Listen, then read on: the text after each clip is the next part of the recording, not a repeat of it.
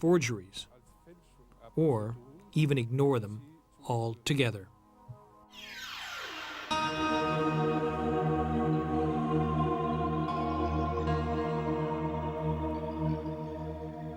It is important for science to investigate these objects, especially when their authenticity is in doubt.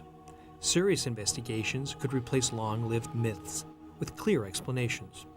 Quite a few mysteries could be solved.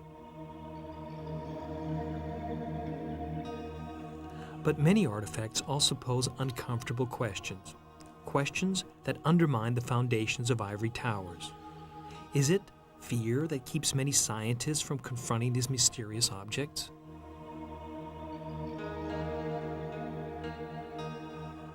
This pot, for example, from Father Crespi's collection.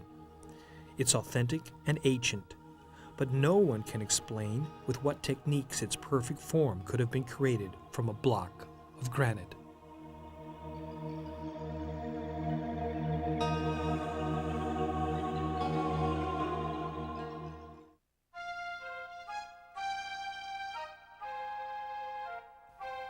Among the many archaeological rarities that Jaime Gutierrez owns are stone tools that demonstrate the unique technological skill of the pre-Columbian Indians. Some are so delicate that they would break on contact with modern carving tools, like these needles from waxworking.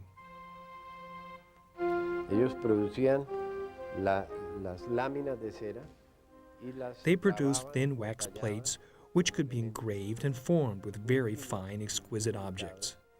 They fit perfectly into the hand when you work with them. de la mano para poder grabar en ellas. Esta protuberancia This bulge serves as a counterweight. de la pieza para sentir It's held very easily in the hand, like this. Este es un ejemplo. This is a classical example, a pencil with an eraser. Cogiéndolo de acá se graba. Hold it like this, and it can be used to engrave the figure. If you make a mistake, erase it by scraping it away. Es un lápiz con borrador. Con una It has one advantage. ventaja. If I hold it like this, my fingers will hide my work. No me permiten visualizar el trabajo. Entonces tiene un cuarto But if I turn them a quarter, I can see my work. para mover los dedos y permitirme la visión del trabajo. Este es otro elemento. This is another piece. Adhiere al dedo, It becomes one with the finger for effortless engraving. la facilidad de grabación. La forma curva The curved form keeps it from breaking. quiebre la forma. Cuando el elemento era más profundo, que tenían que entrar When they had to work deep, they used this longer piece, which was inserted in order to be able to engrave on the inside. el simbolismo son They are almost modern sculptures because of their simplicity. They embody the relevant things in their form. esencia que logran en las figuras. Después de analizar todas estas piezas, encontré After the analysis of all these pieces, I believe that their qualities are of a higher stage of development than ours today. hoy. Sin embargo, usted puede coger Regardless of how you hold this pen, you'll never achieve the precision of these tools. la precisión de distancia que tienen estas herramientas. El grueso del lápiz impide un movimiento fácil. The thickness of the pen simply prevents motion. The weight is not compensated for. With these tools, the hand's movement is much more agile, and the weight is balanced. It's as if my hand was empty. The instrument, which was developed by modern design teams for a similar purpose as this tool, can achieve neither the same quality nor the same precision. No ha llegado al nivel cultural que llegaron estas herramientas, ni a la precisión.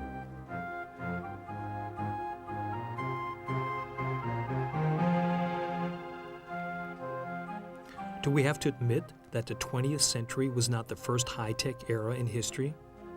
It seems so. There's more. Maybe we'll only achieve the technical and scientific development which some peoples have already possessed in our own future.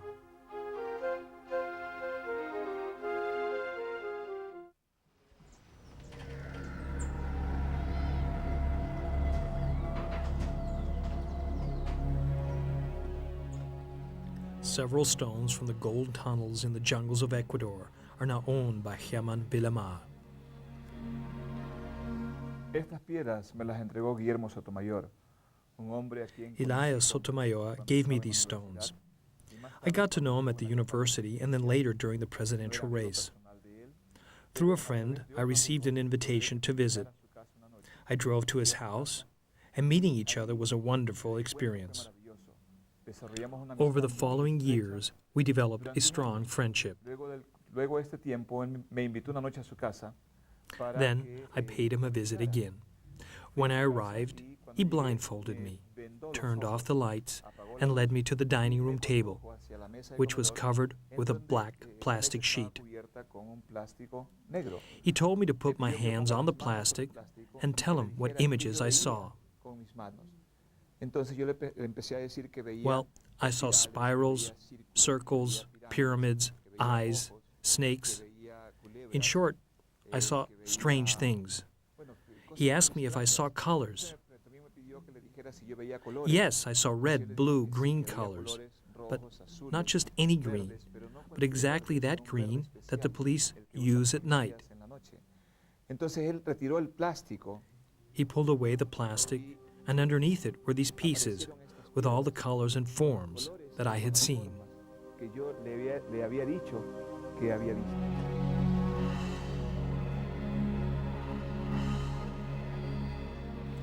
Many people who have come into contact with these stones have noticed something powerful and strange radiating from them.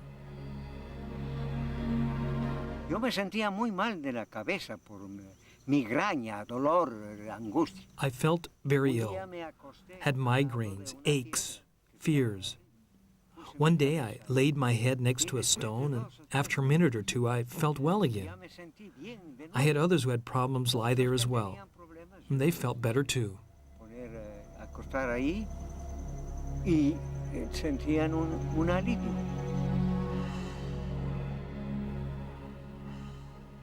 What mysterious energies do these stones possess? What culture had the capability to endow them with these powers?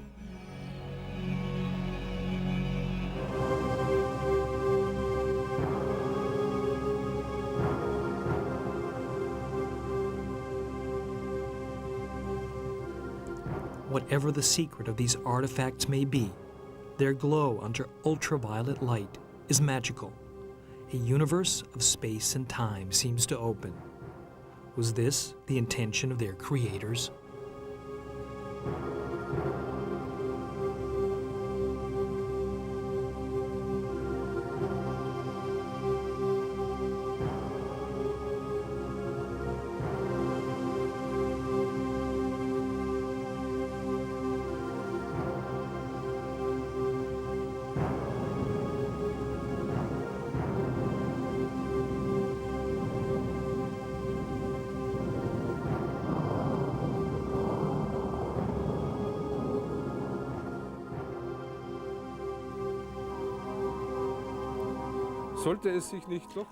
Would it not be worth the effort to seek out the cause of this strange light?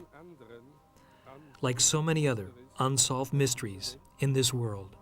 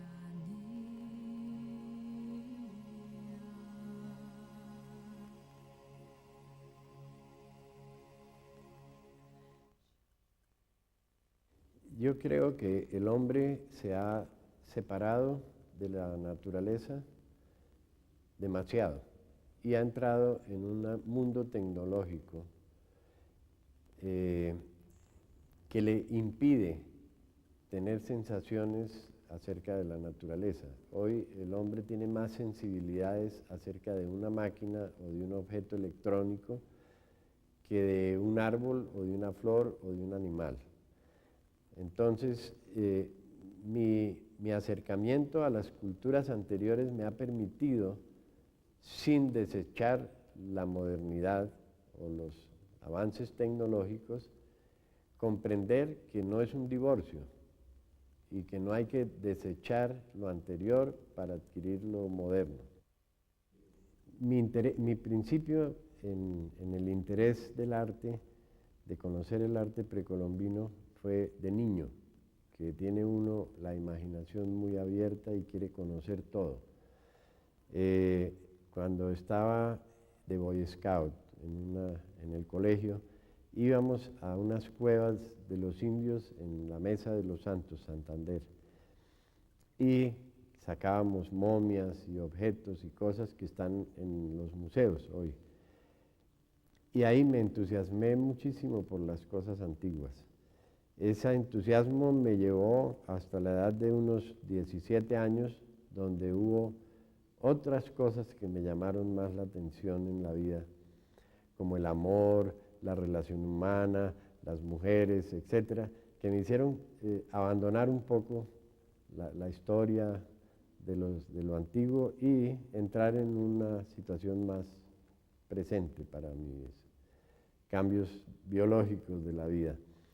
Y empecé a tomar relaciones hasta más o menos los 25 años, en que encontré la mujer que podía ser mi compañera, nos casamos, empecé a tener familia y la estabilidad emocional me llevó otra vez a retomar las culturas antiguas y los pequeños objetos que había coleccionado. Empecé a estudiarlos, a compenetrarme con ellos y ya con una conciencia más avanzada de seriedad tomé el estudio y empecé a buscar cómo obtener objetos que me complementaran la colección. Y ya mi profesión de diseñador industrial me llevó al análisis técnico de los objetos, la manipulación de los objetos, para qué servían, y de ahí nacieron ya conclusiones, digamos, que empezaron a entusiasmarme, que empezaron a mostrarme una visión más amplia y más profunda del sentido que esos objetos estaban dispuestos a comunicarnos. Y hoy día he encontrado unas relaciones muy interesantes entre el pensamiento antiguo del hombre y el pensamiento moderno del hombre.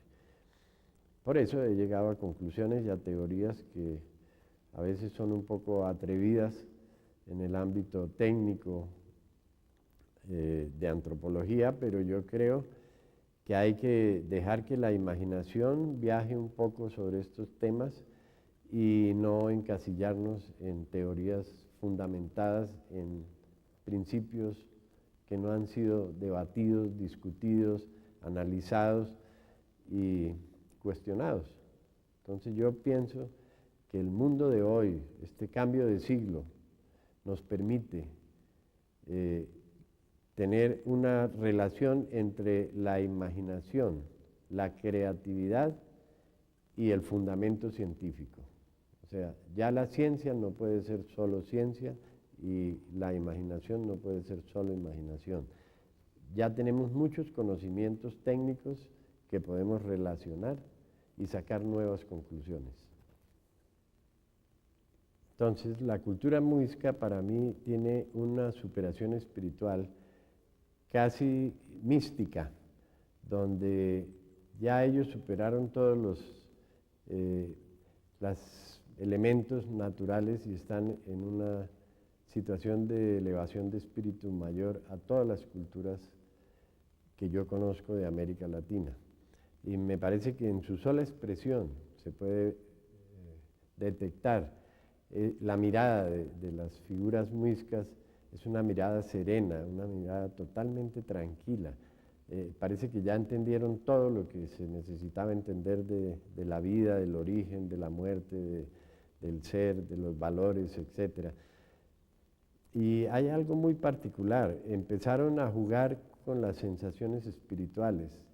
El oro para ellos no era un metal precioso con valor económico o de canje, era simplemente con valores intrínsecos como el sonido, el reflejo de la luz, el brillo del sol, la asimilaban al nacimiento del sol, a la luz del sol, a la luz de la luna en la noche, y todos estos reflejos y sensaciones, ellos colgaban campanitas en los alrededores de su casa, en los árboles, para que los primeros vientos de la mañana los despertaran con un sonido. Es algo muy espiritual, es algo que el hombre hoy no entiende. El hombre de hoy no distingue el ruido del sonido, que es muy diferente, ¿no? El sonido es una cosa armónica, como las aves, el sonido del agua, el sonido del viento en los árboles. Ese es un sonido. Las cosas abruptas son ruidos. Entonces, esa diferencia ellos la manejaban a través de los objetos de oro, de las campanas, de los objetos que colgaban en los árboles y en su casa, para tener esa más elevación sublime del espíritu. Es casi, diría yo, buscando la comparación a la divinidad, estar más alto espiritualmente. Y yo creo que fue una cultura que le enseñó a las otras culturas a vivir el espíritu más que la materia. Y yo creo que nosotros como seres humanos estamos hechos de espíritu y materia y no podemos aislar las dos cosas porque la una influye en la otra. Cuando el espíritu no está bien, el organismo se enferma. Cuando el espíritu está bien, el organismo funciona perfecto. Esa relación yo creo que es muy importante, no solo en la vida de cada ser humano, sino que eso se puede trasladar al objeto. El objeto tiene que ser también un testigo consecuente de ese matrimonio de la materia y el espíritu. Y por eso considero esa raza muisca como la más elevada de todo el continente americano. Esta es apenas una parte de la colección donde hay diferentes elementos que producen diferentes momentos de la vida muisca y pre-muisca.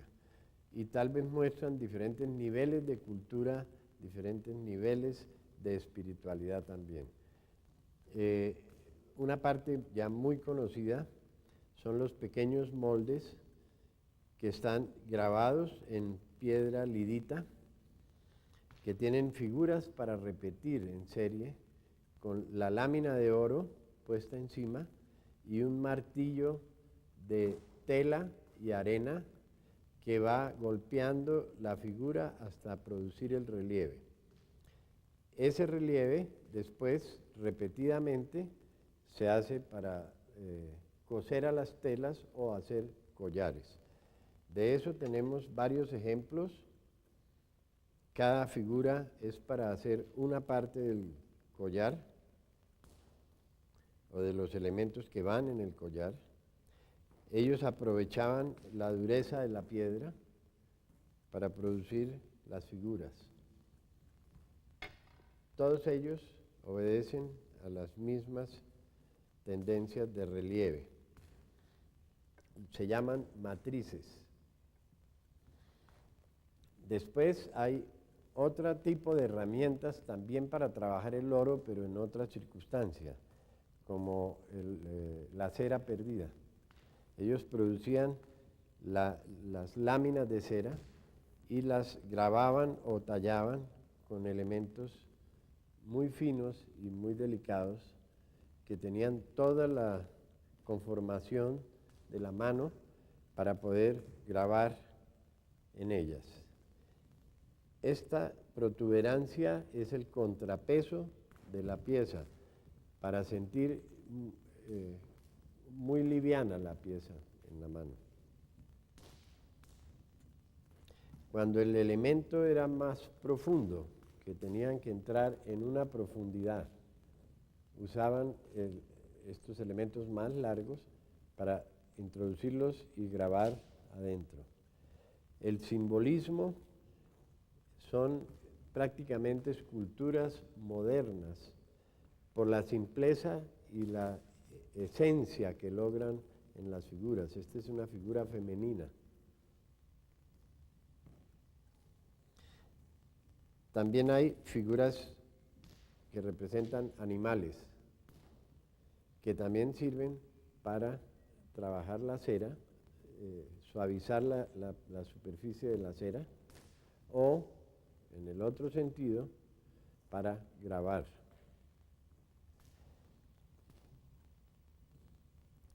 También son elementos en piedra lidita. Todos ellos encajan perfectamente en la mano y centran la pieza y permiten movimientos fáciles. Este es un ejemplo muy clásico de un lápiz con borrador.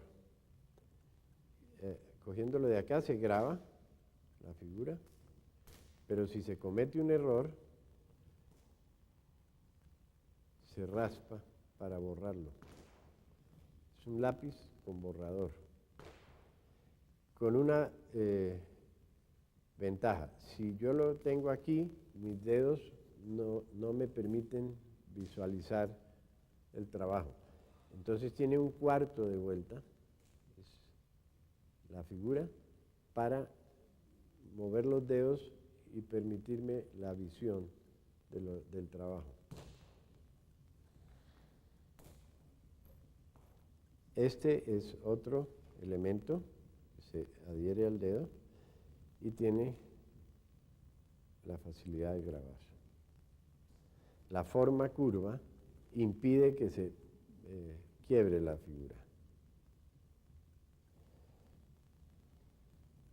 Estas herramientas servían para trabajar la cera o las superficies de cera, grabarlas y producir los moldes para la cera perdida. Este es repujado, este es cera perdida, las otras técnicas. Estas otras herramientas que tienen figuras de animales prácticamente prehistóricos, también son para producir grabados. corrigen el ángulo de la mano, y producen grabados más fuertes. Hay este otro, es un murciélago, también prácticamente prehistórico. Se puede trabajar como guía.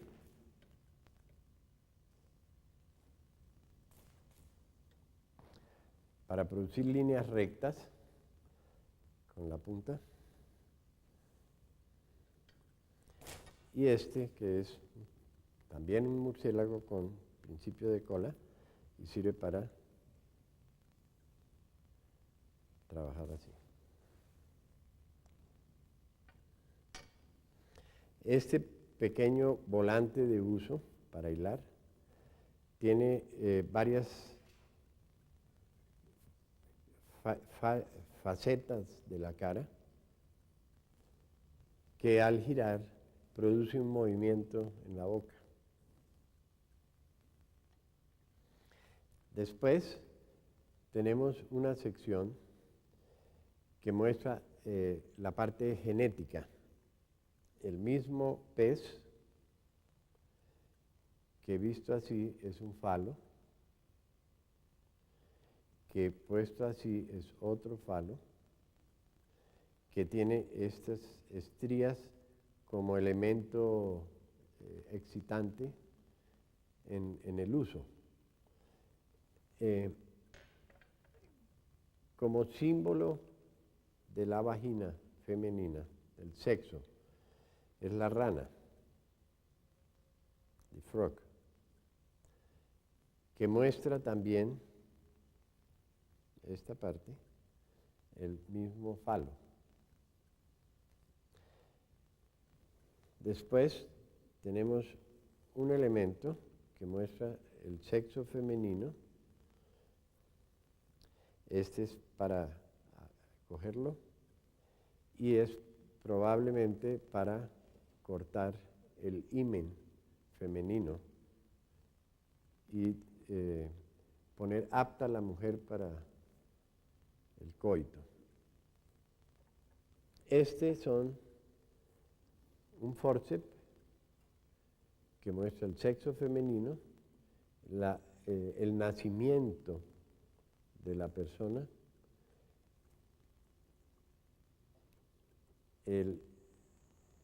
forma de usarlo así o así. También tiene su parte para el dedo. Y ayuda al nacimiento. Esta parte coge la cabeza del niño y ayuda a nacer. Cuando hay el cordón umbilical, puede estrangular al niño. Es un cuchillo para cesárea, para abrir y sacar el niño, que no puede nacer, evitando la estrangulación. Estos elementos también tienen la corrección del ángulo de la mano. Corrigen el ángulo. Después de analizar todas estas piezas, encontré características que me hacen creer que fue una evolución mayor incluso a la nuestra hoy. Por ejemplo, en las herramientas, ellos usaron una piedra que no tiene beta, es lisa, plana, negra, para evitar reflejos o destellos luminosos cuando hacían trabajos muy delicados. Podríamos decir que hoy la tecnología más avanzada es, por ejemplo, un estilógrafo Lamy. Apenas hace 2 años han pintado de negro las herramientas de dibujo de hoy. Antes eran brillantes y producían destellos que molestaban al ojo. Sin embargo, usted puede coger el lápiz en cualquier distancia, no la precisión de distancia que tienen estas herramientas. El grueso del lápiz impide un movimiento fácil de la mano. El peso no está compensado. En esta herramienta, el movimiento de la mano es más ágil y el peso está compensado. Es como si no hubiera nada en la mano. Estos detalles de un elemento, de un instrumento para fines similares, que ha sido diseñado hoy por equipos muy importantes de diseñadores, no ha llegado al nivel cultural que llegaron estas herramientas, ni a la precisión. Eso demuestra que nuestra cultura no ha llegado a esta perfección. Algunas piezas llegaron a mis manos no muy claramente explicada su procedencia. Algunas dicen que vinieron del sur de Bogotá, el sur de la sabana de Bogotá.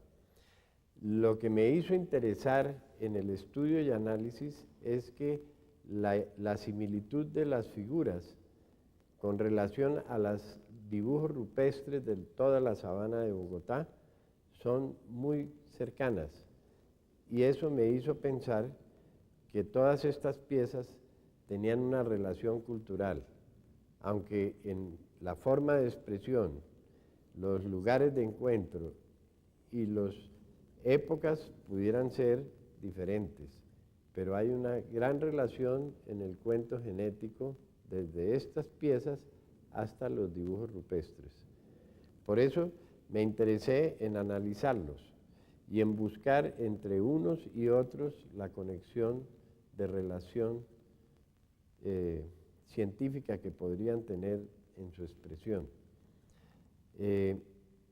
No se puede garantizar el origen, pero se puede garantizar que es casi imposible tener el conocimiento para hacerlo en forma fraudulenta, porque es un cuento genético que muy poca gente lo sabría explicar. La pieza más interesante de toda la colección es el disco genético. Es una muestra, es una división. Toda esta parte demuestra el hombre rana, la mujer rana, y toda la evolución del feto al renacuajo, o sea, la parte genética de la rana. Y de esta división en adelante muestra la evolución de pez, renacuajo, rana hasta el hombre, donde la mujer erecta, el hombre erecto y el embarazo. Ya no es ovíparo, sino embarazo. Esta es la fecundación del óvulo al feto. La relación posterior muestra también, con una división claramente hecha, cómo entra el esperma que no puede engendrar y el esperma que sí puede engendrar. Estos son los estados de desarrollo del óvulo femenino. Esta es la incursión de espermatozoides a la vagina femenina y los que toman posición tranquila, que no engendran. Aquí se muestra el hombre, el sexo femenino, el pez, el niño y el feto. Esta es una relación entre el agua y la vida. Aquí tenemos las trompas de Falopio y los ovarios femeninos. una fecundación de 2 ovarios produce gemelos. Aquí tenemos toda la evolución de los óvulos a la vagina femenina, de la vagina a los óvulos, y el esperma que sí puede engendrar. También tenemos una visión del movimiento del esperma cuando engendra en el óvulo. Después, la posición tranquila, ya del engendrar. Este es tal vez la pieza más importante que muestra la evolución, o no evolución, sino mutación de la rana al hombre. Es una mitología chibcha muy antigua. Yo considero que las más antiguas son las pertenecientes a la zona de entre Tausa y Sutatausa, porque solo los primitivos pueden llegar a una síntesis, no solo en la expresión, sino en el sentido de lo que quieren expresar. Para el hombre primitivo, los 2 elementos básicos de la vida son la muerte, el amor y la sobrevivencia. Son sus elementos básicos. El hombre realmente no necesita sino 3 elementos para ser feliz: amar, comer y dormir. Todo lo demás son superfluos, son elementos que el hombre usa para lograr uno de los 3 objetivos. En la misma forma, la expresión no tiene alta tecnología, sino es el mínimo de expresiones para significar el máximo. Por eso las líneas, las formas, son elementales, porque ellos no quieren adornar, no quieren poner cosas superficiales al sentimiento real de lo que quieren expresar.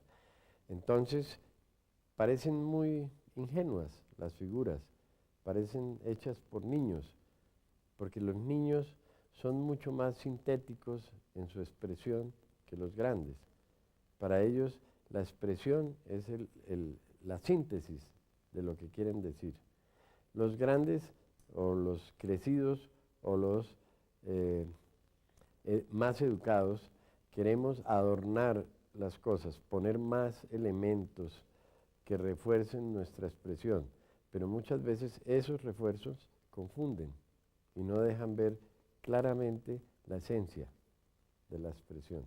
Por eso considero estas piezas como las más primitivas, elementales y más expresivas. Primero que todo, la convivencia con las rocas determinan la dureza, la estabilidad del material.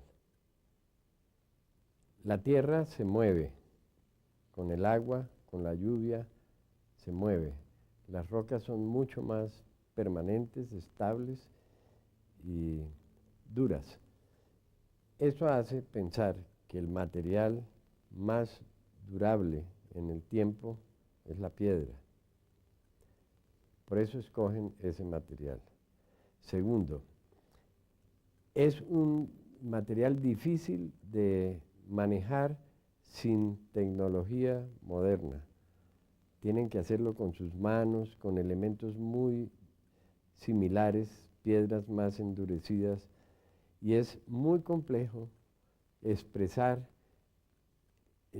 trabajar muchas cosas en la misma piedra. Entonces usan los ángulos de la piedra, la forma de la piedra, para hacer 3 o 4 expresiones que conjuguen en una. En un solo trabajo pueden expresar 3 o 4 diferentes expresiones. Por eso a veces usan la combinación de elementos que vistos independientemente son solitarios, pero que en conjunto representan una tercera figura. Esa es la razón por la cual ellos sacan el mejor partido del ángulo de la piedra y del menor trabajo para la mayor expresión. En mí hay un cambio. Considero el primitivismo más avanzado que la evolución del hombre de hoy. Creo que la elementalidad del primitivo era más consciente del universo que nosotros. No porque tuvieran más conocimiento del movimiento de los astros, de la velocidad de los cohetes, de las distancias, tal vez no tenían noción del tiempo, la distancia, pero sí tenían noción del ser, por la sensibilidad espiritual que profesaban, porque vivían como viven los animales de hoy, que si podemos compararlos son más inteligentes que el hombre, porque viven en armonía con la naturaleza, no la rompen, no la dañan, no pelean sino por los principios elementales de la lucha humana, no pelean por cosas que son superficiales. Entonces, yo creo que había una superación en los elementos excitantes del hombre de hoy.